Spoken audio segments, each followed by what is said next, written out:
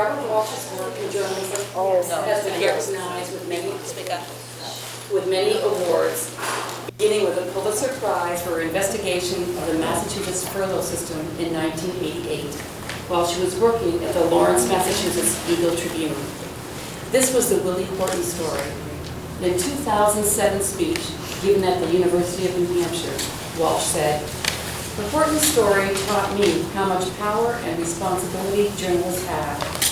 In the decades since, I have learned how stories can transform lives and inform people about what is going on in their town, their state, and their country. I've learned that people and politicians will react to these stories, but they'll demand change and make change if you tell them why these stories matter." Barbara spent 7 years covering the courts and social services for Fort Lauderdale's Sun-Sentinel. In 1996, she moved to Portland, Maine. There, she was part of a 4-person investigative team that produced The Deadliest Drug, Maine's Addiction to Alcohol, which led to public forums around the state and to the Batten Award from the Pew Center for Civic Journalism. In her 1999 series, A Stolen Soul, about a woman's struggle to bring her son's murderer to justice. This won the National DART Award for Excellence in Reporting on Victims of Violence. In addition to her work in journalism, she's the author of 2 books, both published in 2011. August Gale, A Father and Daughter's Journey into the Storm, explores her family's Newfoundland heritage and the 1935 hurricane that took the lives of some of her fishermen ancestors. Her children's book, Sammy in the Sky, is a deeply affecting tale of love, loss, and remembrance, told in clear-eyed prose, about the best hound dog in the whole wide world, whose life is cut short. There will be a brief question and answer period following Barbara's presentation, and after that she'll be signing books in the lobby. Additionally, Barbara would like us to know that she Skypes into book clubs. Might be interesting information for you. Please join me in welcoming Barbara Walsh.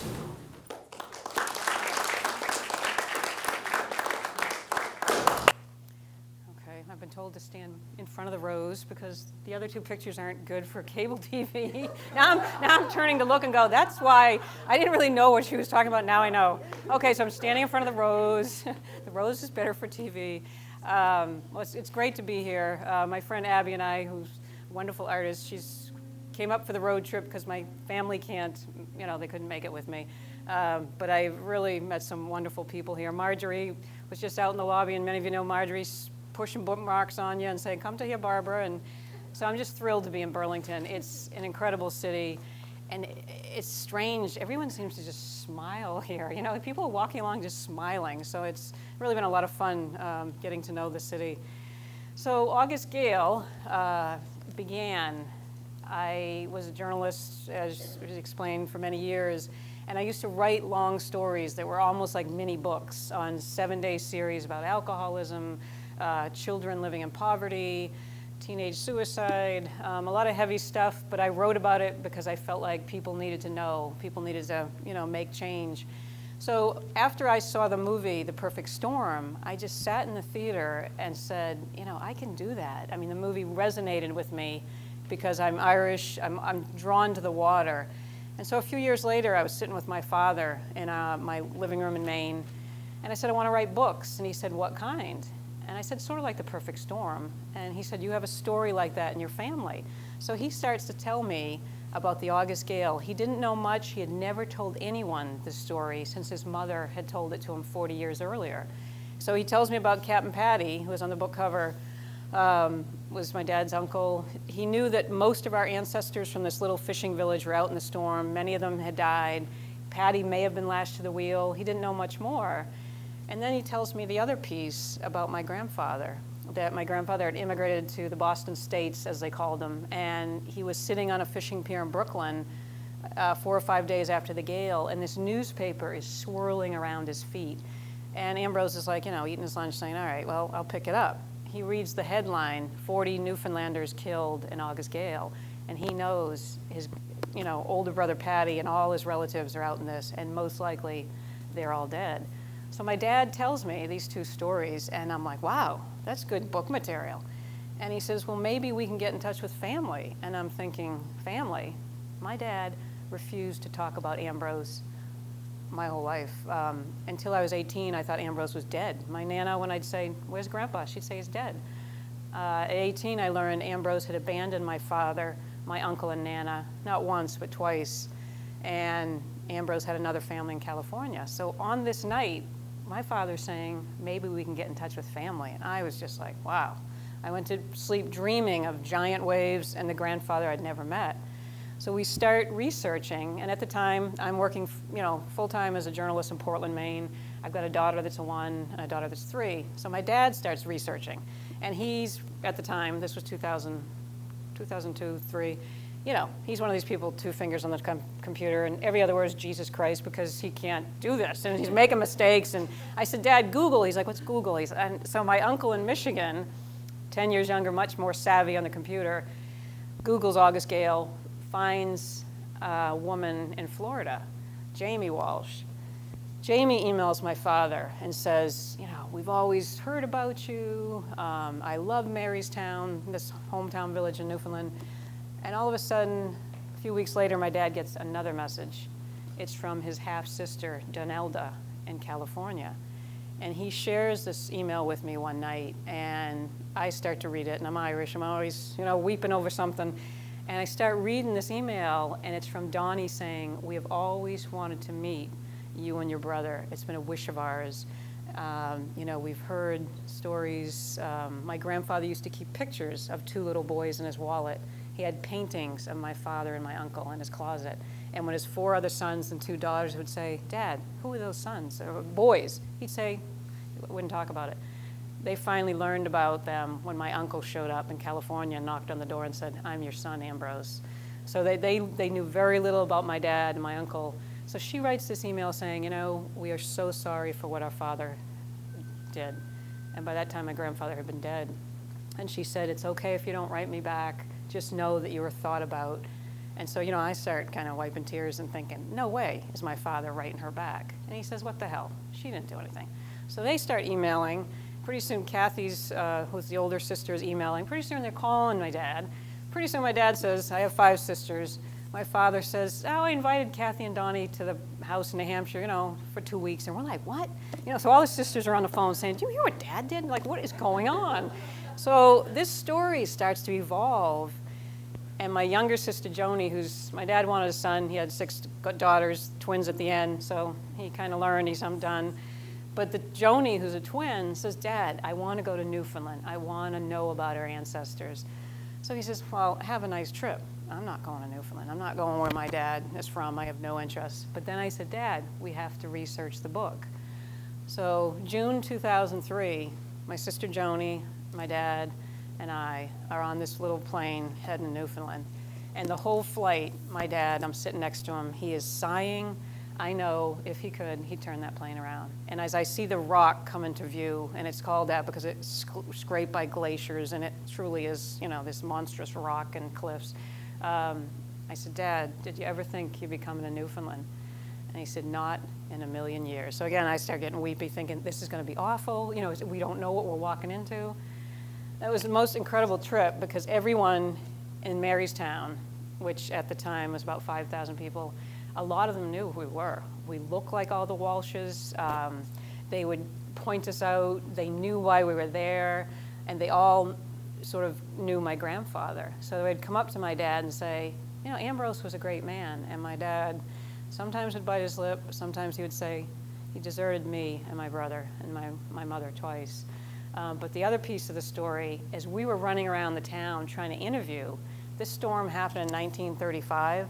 So all the people who knew the stories were in their 80s, 90s. The children of the people, all had the memories. But for the most part, Newfoundlanders are very much Irish because the Irish, all kind of immigrated to Newfoundland. So that you can't understand them, and they talk fast. And we're talking to people who had a hard time hearing us. So we spent a lot of that trip shouting at people, and they'd shout back at us, and then we'd say, what did you say? And it was just on and on. But I was able to get stories from people who had witnessed this storm. In a community of 300 on the south side of Marystown, 42 children lost their fathers in the storm. And it devastated the community because it was the dirty 30s. It was 1935. I mean, people were eating blackbird soup as it was. So now that their fathers were gone, they had nothing. They had no fish. They had no way of bartering for flour. Children were sent to the orphanage. Mothers either gave the kids away to another family. One son was arrested because he stole some flour. So it was really a tough time. And the Walsh family, Cap and Patty, during this August Gale, and the fishermen hated going out in August. It was the start of the hurricane season. So during this storm, Patty, who captained for 25 years, fearless, he was a great person to know about and learn about because he was afraid of nothing. The Irish Catholic fishermen would take their crosses, their medals, their palm fronds, holy water, and when the waves would rise, they would throw this into the sea. And they would do what is called crossing the waves, which I'm working on the movie too, so we'll get that in the movie. But they would stand on the bow and they would make the sign of the cross, meaning Our Lady, Jesus, calm the seas. Well, Captain Patty would climb to the top of the mast and shout to the heavens, I'm not afraid of you. And then the Catholic fishermen were like, God, Patty, come down, you don't challenge God. So he just didn't care. I mean, he was his own person, but he was a great fisherman, a great captain.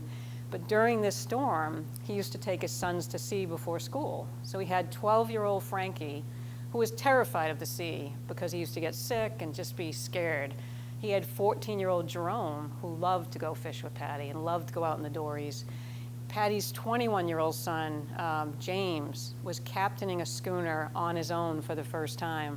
So during this, he has 3 sons out in the gale and himself. And Patty's wife, who, like the Irish, are very superstitious, the night before the gale, there was, this dark cloud.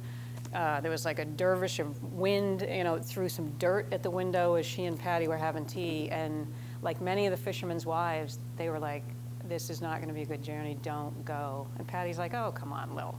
And he said, I'll sail in the morning. So during the gale, she knew, 3 sons and her husband are out in the storm.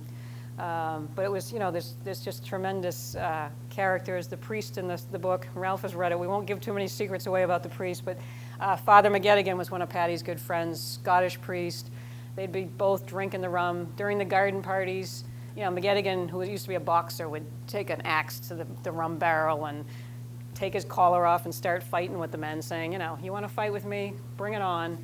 So there's just wonderful characters in the book, and I'm going to read a couple passages. But the research also, this is a true story. I obviously included dialogue that I had either heard through people or after interviewing 200 people, I had a sense of Captain Patty. But I researched through fishermen. I interviewed curators of, Lunenburg, Nova Scotia's museum. And I interviewed hundreds of people about, who knew these fishermen and their families. And then I was able to get firsthand accounts from the children, the priest maid. So it was fascinating. And during this passage, this takes place when the storm is descending.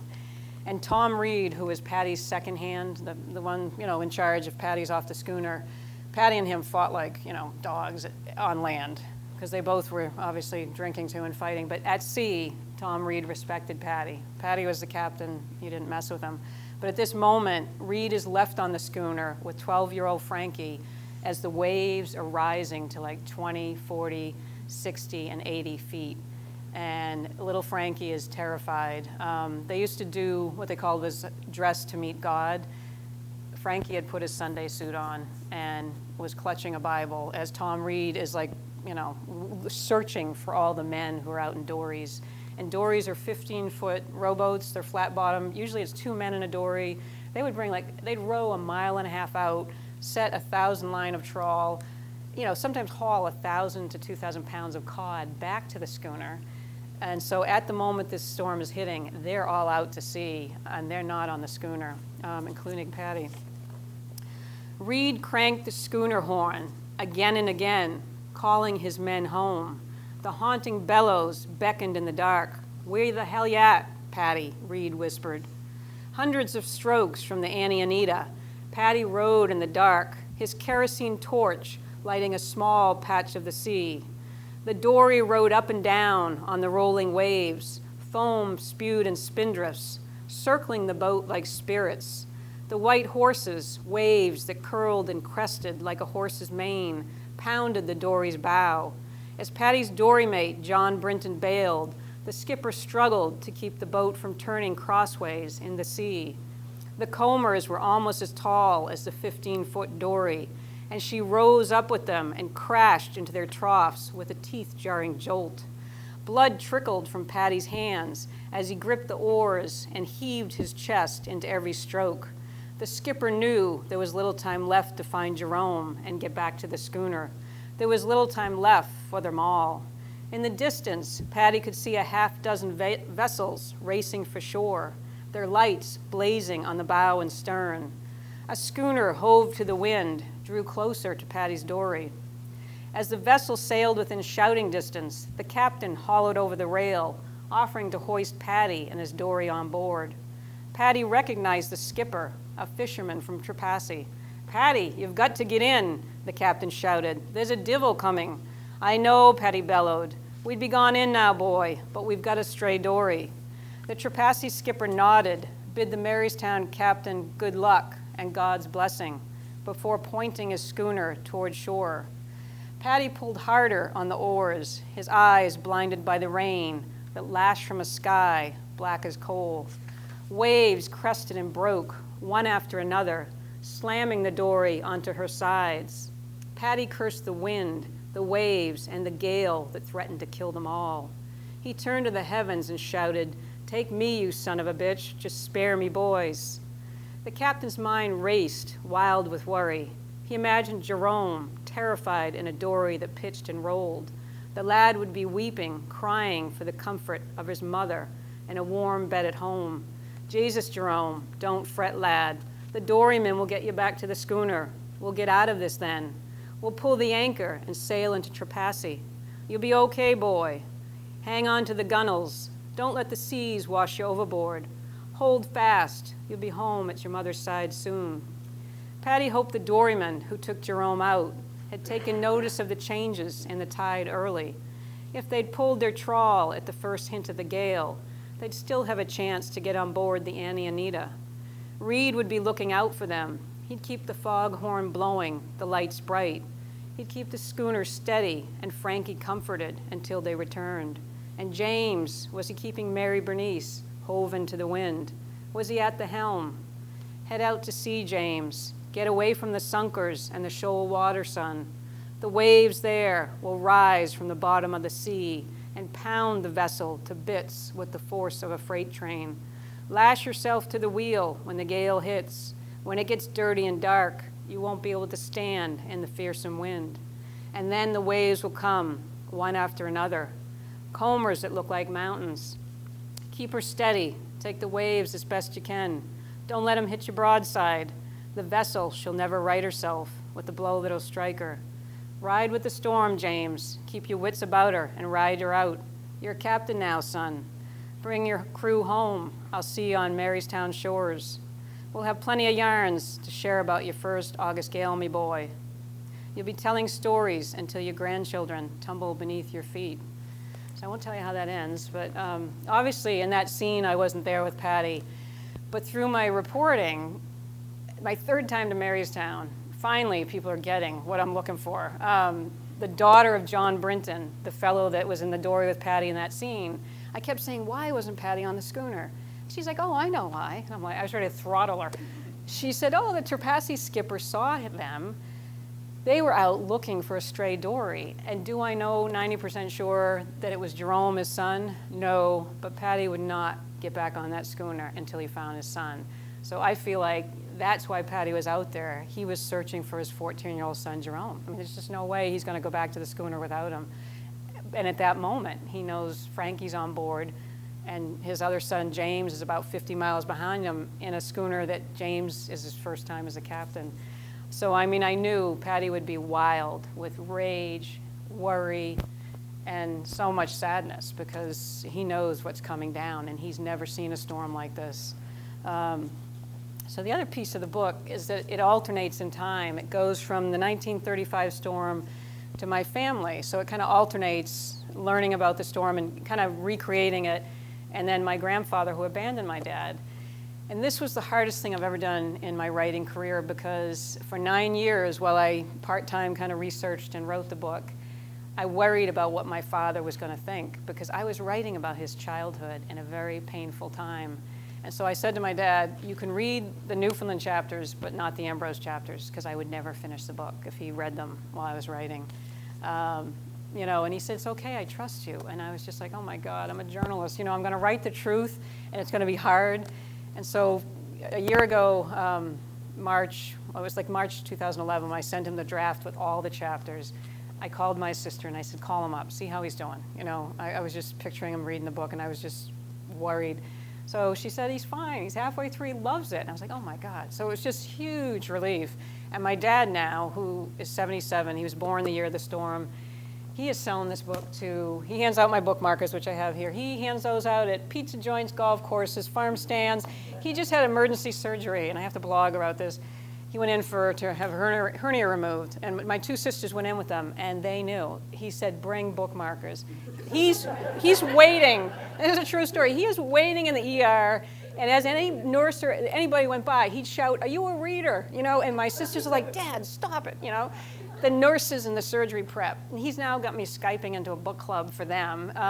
He gave me an update. You know, he's groggy after surgery. He said, I sold 4 books. I'm like, great, Dad. But he's incredible. He sells this book to telemarketers. He calls Amazon all the time and talks to the Kindle people. He convinces them to buy it. You know, he's just amazing.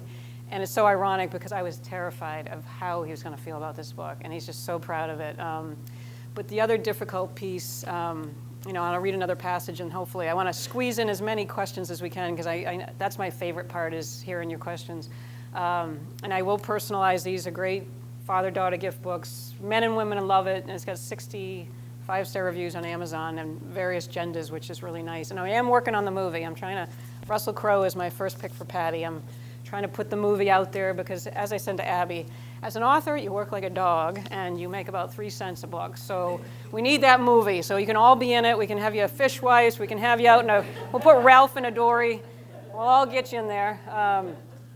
But it's, you know, a lot of people read it and say it's a very visual book, which is great. But the scenes with this book, it finally dawned on me the parallels between the children of the Gale.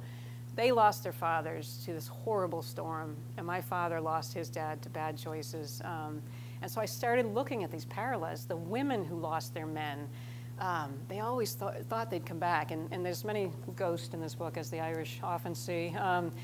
But, you know, my Nana always thought Ambrose would come back. So I began to see a lot of parallels in the story.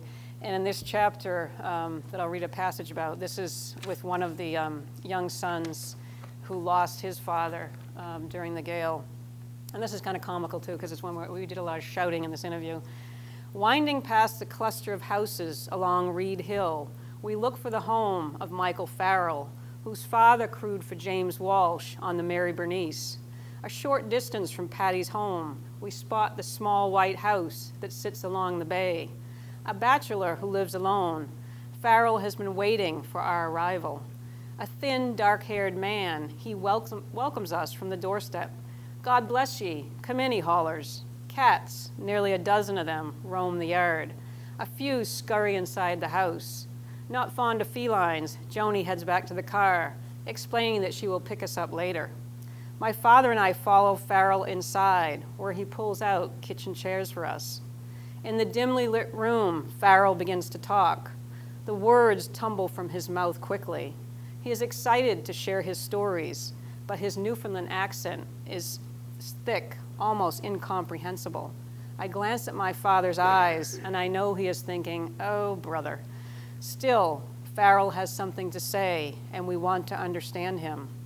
Our conversation evolves into an odd charade.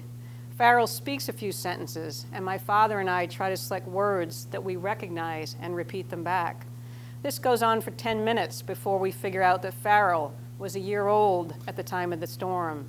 He had 3 older siblings, and his mother's name was Victoria. Farrell begins to talk about the night of the gale, and my father and I lean forward. The wind, Farrell tells us, repeating the word again before we have the chance to do so. The wind was fierce that night. See, that's the ghost in the background. My gosh, the old people thought the roof was going to blow off. Farrell says something about his mother, explaining that she saw a token. Token, my father and I ask? Unfamiliar with this word that we will later learn means a vision, a portent of death. Ignoring our question, Farrell continues his story, and we discern the words hallway and boots. We utter the words back to him, and Farrell patiently tells us the story again, this time slowly. The night of the gale, his mother heard noises in her second-floor hallway. Me mother could hear someone walking in the hall, he tells us. She got up from her bed and saw me father in his oilskins and boots. He was walking back and forth. Your mother saw his spirit, I ask? Farrell nods. She kept shouting his name, but he would not answer. He just kept pacing the floorboards. She knew then my poor daddy was lost. Barely a toddler at the time of the gale, Farrell has no memory of the father he was named after. He cannot recall his father's voice, his face, his dad's large, calloused hands. All I knew when I was a boy was that my poor daddy was lost, drowned, gone forever. I used to feel terrible about it. I wished I knew what happened, how he went. Farrell falls silent, and my father and I are quiet too. From the window, I see Joni pull into the driveway. Knowing we have garnered as much as possible from Farrell, I stand telling him, thanks for talking with us. I am sorry about your father. He shakes our hands, appreciative that we listen to his stories. As we head out the door, he bids us another, God bless ye. I smile at Farrell and return his blessing. My father, who like Joni is not fond of cats, walks quickly to the car. Farrell continues to wave goodbye, and I sense his sadness, a son lonely for his father. 68 years after the gale, his sorrow lingers. His words echo in my head. All I knew was that my poor daddy was lost. I follow my father's footsteps, taking in the sight of his back, the broad shoulders that have carried his own loss for much of his life. As he slips into the passenger seat, I wonder which is worse, to have no memories of your dad before he vanishes in a roiling sea, or to be deserted on a cold November night by a father who is your hero, your idol for the first 11 years of your life.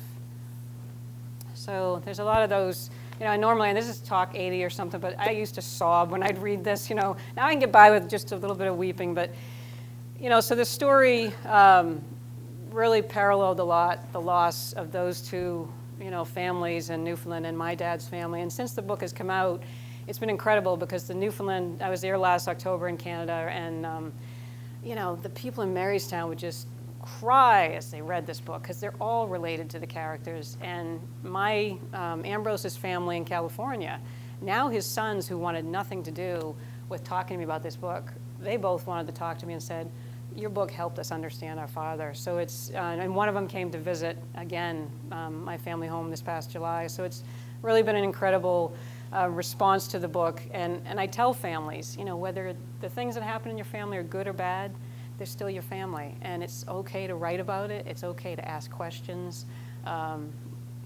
It's your blood. It's who you are. It's my dad's childhood shaped who he is, and that shaped who I am. So anyway, so that's kind of the nuts and bolts of the August Gale, and I just briefly want to talk about Sammy, and the movie is going to happen. We've all got to push it out there. So if you've got Hollywood connections, let me know. But the Sammy book, which I'll talk briefly about, came out August 2011. August Gale came out in October.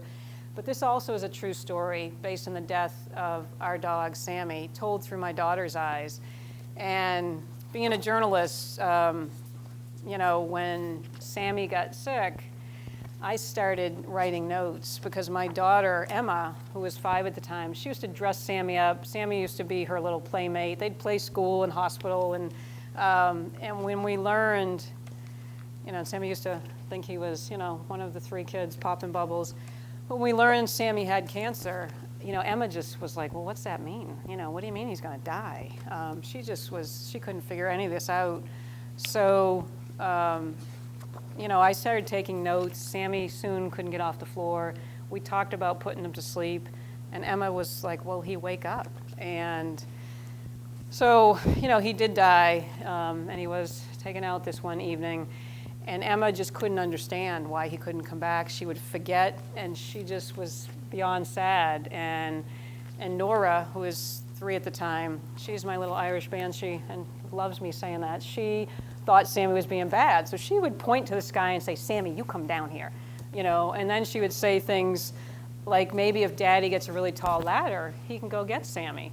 But Emma, knew there weren't any ladders that big, so they used to always see Sammy in the sky, and they would finally come to terms and talk about the memories of Sammy, and Emma realized she'll always have him, in her heart. But the way this book happened is that agents would tell me, this book is too sad, it's too real, it won't sell. And librarians and school teachers said, "Barbara, there's nothing else like it." So I refused to give up on this book and told my daughters it will be in a bookstore one day. So a friend said, "Well, why don't you call Jamie Wyeth?" And I'm like, "Yeah, right. Jamie's famous artist, son of Andrew Wyeth, grandson of N.C. Wyeth." But then she said, "He loves dogs." I said, "Oh." So I got his number, called him up, thought I'd get the assistant. Jamie answers. I'm like, "Jamie?" He says, "Yes." I'm like, "Oh, Barbara here. Would you read a story?" And thankfully, he loved it. I'll tell you, the first version was a true part that I rewrote. We cremated Sammy through the ashes on a windy day in his favorite field, and they came back on Nora, and that's how I ended it. And friends were like, "That's morbid, Barbara. You need to rewrite that." So I rewrote it, sent it to Jamie again, and as I was coming back from Newfoundland in Toronto, my husband says, "Don't yell at me, but I had to open this envelope." It had like Wolfman, Frankenstein stamps. It was near Halloween. And Jamie's little fine, beautiful writing. And he said, "Oh, I love this second version. You want color or black and white illustrations?" And I'm in the airport going, "Yeah," and people are like, "Security over here." But so this book was incredible because it came out within 2 weeks, sold 10,000 copies. So now it's being sold, and there's a Hungarian version. It's being used in schools, libraries, and homes where people lose a pet or a person, because it helps kids process, okay, what's death and what's this mean? And in a good way, it doesn't preach to them, it's a story. And so this one is also, and strangely, to have 2 books come out at once was very unusual, and I'm not as crazy as I was before last Christmas, but my daughters would argue, they're like, "Just stop doing that book thing, we just move on to the movie." And but anyway, let's have some questions, and I do have bookmarkers for anybody. Like I say, I Skype into classrooms, book clubs, and Marjorie wants me to come back to talk to the writers group here, so I would love to come back. Yes, so I would love to come back to Burlington and do some more talks, but any questions? And kind of. Yeah, would you say a few words about writing memoirs? Yeah, it's like memoirs. What's the question? Would you say a few words about writing memoirs? And memoirs, like I said, I encourage you all to write stories. I think one of the tricks about memoirs is that you have to focus on which piece of whether it's your story, someone else, your family story, as narrowly as you can. And then I think you also have to understand that if the people are alive that you're writing about, they may or may not like what you're writing about. And that may be very difficult because it's emotional. Like for me as a journalist, I've written many hard stories. This was the toughest thing I ever encountered. So I think you have to be prepared to deal with some flashback if they don't like it. And it also can be very emotional. But then you can focus on happy things too, just good memories. But I think you need the details, so therefore you have to, I would call it interviewing, but having conversations with people who know your family's history. And I encourage you to, if you're a writer, to find books on memoir, because it saves your time. If you look at, okay, step 1, 2, 3. But I would just say they have to be told from the heart, because even though you may find out something that's not great, it's part of your family. And you can choose to ignore that or not. But I think if you're trying to write the truth, sometimes it's difficult. So I just say be prepared for whatever you're going to write about, if it is a tough story. But I also think that stories about your family are just wonderful gifts to give to grandchildren, children. So I encourage you to do that. But I would say just try to say, okay, what am I writing about? Like, am I writing about childhood, because you don't want to write about everybody's entire life because it's not that interesting. So you have to pick, I guess, key scenes. If you think of your writing memoir or writing stories, pick key scenes, events that you feel, okay, this is important to write about. And then what you want to know about that event or memory. So I think focusing on what you're going to write about before you start asking is a good thing. Taking that a little further, first of all, you're an excellent storyteller. Gripping. Taking your answer to her a little bit further. So you interwove the idea of saleability into your talk today in terms of, this is doing really well. This is what many people are relating to. Do you have any other thing to say about how you choose your key things to write about? Not that all of us want to write to make money, but how do you identify something that's a key thing to write about? I think, I was meant to write this book. I have no doubt that both books, I just feel it was fate, like I was supposed to write these books. And they're true stories. And being a journalist, I gravitate toward nonfiction. And if you are a writer and you think, oh, I want to write the next Hunger Games, like my daughters are like, Mom, you need to write a Hunger Games book. I'm like, no, I don't. That's not who I am. That's not what I'm going to write about. I would just say, find a story that interests you, that you're passionate about, and talk to your friends about it, talk to your family. And if they're like curious and saying, oh, that sounds interesting, then pursue it. If it's still a story you're passionate about, I wouldn't worry about the marketing. I didn't worry about marketing with this. I knew it was a great story. And I think that's the first thing you need to do. Is it interesting? Has it been done before? If you're writing about something that lots of other people have written about, you can still do it in a different way. A different tone, a different voice. But for me, the key part, if I wasn't passionate about this book, there's no way I could have finished it. 9 years off and on, I live with it. So I think you have to be prepared to love the story. If you don't love it, you're not going to want to write it. You're not going to write it from the heart. So I think, I really didn't think marketing, and I think writers that do think marketing, I don't know. I don't know if you see the passion in the story. So, but yeah, marketing is a huge piece of being an author. That's almost harder than writing the book. So, yeah, and that's something you'll hear. Do you have a boating background? No, and my father would say, how are you going to write that story? You have no clue about schooners, dories. But I researched with this curator in Nova Scotia. I found him in the acknowledgments of Sable Island. So I called him up one day, and for about a year and a half, I drove him crazy for a year. We'd have sessions. I feel like I have a degree now. And he read all my fishing chapters. I had fishermen read the fishing chapters because I wanted it. He'd say it's a line, not a rope. It's a tub, not a bucket. It's a schooner, not a ship. And those are accurate. When your fisherman reads that story, you don't want them saying, well, she doesn't know what she's talking about. Because then they're like, they don't want to read it. So, but I feel like I sort of got a degree in dory fishing. And I went out in a dory. I've been out in a dory a couple times, which is a lot of fun. And I wasn't out in the storm. I would not want to be out in a storm in a dory. But any other thoughts? You're all tired. You've all been here all day. But no, and feel free. I have bookmarkers. I love hearing from people. Like I say, if you're in a book club, take as many as you want. Or if you have reader friends or classrooms. And I love to email and connect with you. So that's usually a good way. I'm usually online, and I'm on Facebook and all that. I haven't figured Twitter out yet. I know, it's like too much to do as an author. You should just not sleep. But thank you. We're all a wonderful audience. Thanks for coming.